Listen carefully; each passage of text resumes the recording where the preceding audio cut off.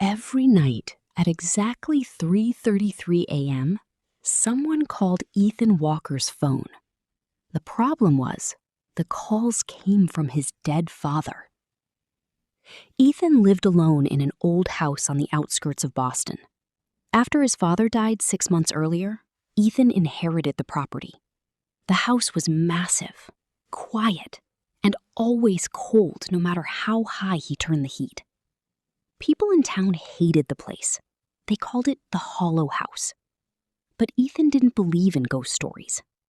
Not until the calls started. The first time it happened, Ethan woke suddenly to the sound of his phone vibrating on the nightstand. 3:33 a.m. Unknown number. Half asleep, he answered. Hello? Only static answered back.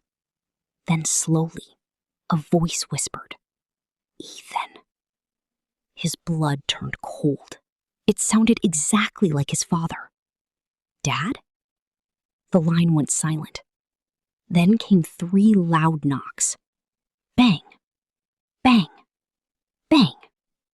Not from the phone, from downstairs. The call disconnected instantly. The next morning, Ethan searched the house. Nothing was missing. No broken windows, no signs of anyone entering. He convinced himself it was stress, grief, nothing more.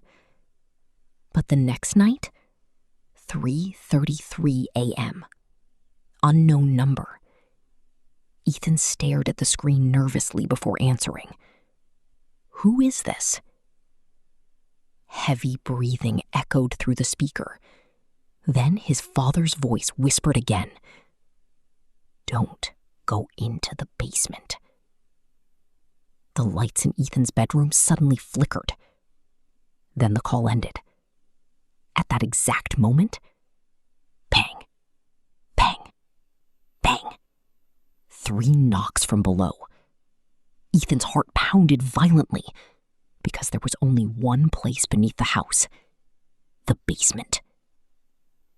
Ethan tried ignoring it, but every night the calls continued, always at 3:33 a.m., always from unknown number, and always with the same warning. Don't go into the basement. Soon, strange things began happening around the house. Doors opening by themselves, footsteps in empty rooms, whispers coming through the vents. Sometimes Ethan woke up to muddy footprints leading toward the basement door. One morning he found something horrifying scratched into the kitchen wall. He is down there. Days later, Ethan visited his elderly neighbor, Mrs. Harper. When he mentioned the basement, the old woman turned pale instantly. You need to leave that house. Ethan frowned. What's in the basement? Mrs. Harper's hands trembled. Your father should never have opened it. A chill ran through Ethan's body. Opened what? The old woman looked toward the hollow house in the distance. There's a door beneath the basement floor. Ethan laughed nervously. A hidden door? Mrs. Harper whispered. Something lives behind it. That night, a violent storm covered the town. Rain hammered the windows. Thunder shook the walls. Then, 3:33 a.m. The phone rang again. Unknown number. Ethan answered immediately. Dad, what's happening? For several seconds, only static answered. Then his father screamed, It found you! The line cut off. Instantly, the basement door creaked open downstairs. Slowly, by itself. Ethan grabbed a flashlight from the kitchen. His hands shook violently. Every instinct told him to run, but he needed answers. Step by step, he descended into the basement darkness. The air smelled rotten. Water dripped from the ceiling. At the far end of the basement floor, Ethan noticed deep scratch marks across the concrete. And in the center, a massive metal door, covered in chains. His flashlight flickered. Then he saw the words carved into the steel. Do not let him out. Ethan backed away slowly. Then the chains rattled. Something moved behind the door. A deep growl echoed through the basement. Not human. Not even close. Ethan's breathing stopped. Then his phone buzzed again. Unknown number. He answered with trembling hands. His father whispered, "Run!" The metal door exploded outward. Chains snapped across the room. A massive shadow crawled from the darkness behind the doorway. Its body bent unnaturally. Its skin looked black, like burned flesh, and its eyes completely white. The creature smiled. Too wide. Far too wide. Ethan ran upstairs as the monster screeched behind him. The house shook violently. Walls cracked.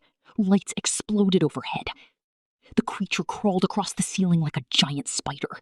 Fast, hunting him. Ethan locked himself inside the bedroom. Then the voice came again through the phone. "Listen carefully," his father whispered. "There's only one way to stop it." Ethan cried desperately. "What do I do?" "Burn the house." The creature slammed against the bedroom door. Once, twice. The wood began splitting apart. Ethan grabbed a lighter from the desk drawer. Outside, the storm raged harder. The monster laughed from the hallway. "Ethan." The bedroom door burst open. The creature lunged toward him, and Ethan threw the lighter onto the curtains. Whoosh!